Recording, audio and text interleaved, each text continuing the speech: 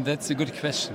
Maybe if I look back into my professional career, I started to study electrical engineering. And I was, at a point in time, fascinated about the potential of renewable energy. And what struck me was that with a solar cell, you can turn sunlight into electricity directly. That was back in the 90s when it was a pure research topic. Of course, there was always a vision that that could become a very competitive source of electricity generation. But other than a few scientists never believed into it. Mm-hmm. And when I did finish my PhD, which actually I did on solar cells, financed back then by Siemens, by the way, there was no solar industry available. But I wanted to move in the industry because I didn't want to stay in the scientific area. And so I went into microelectronics.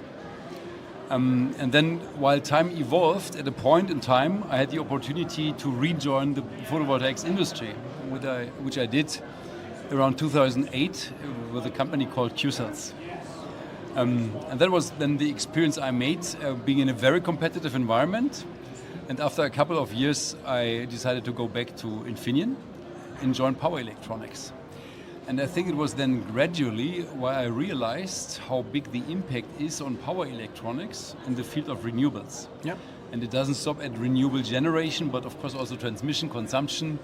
And it's the ongoing topic of how we make use of energy in the most efficient way. And I think that is the red thread throughout my career, starting back then, being fascinated by a physical phenomenon.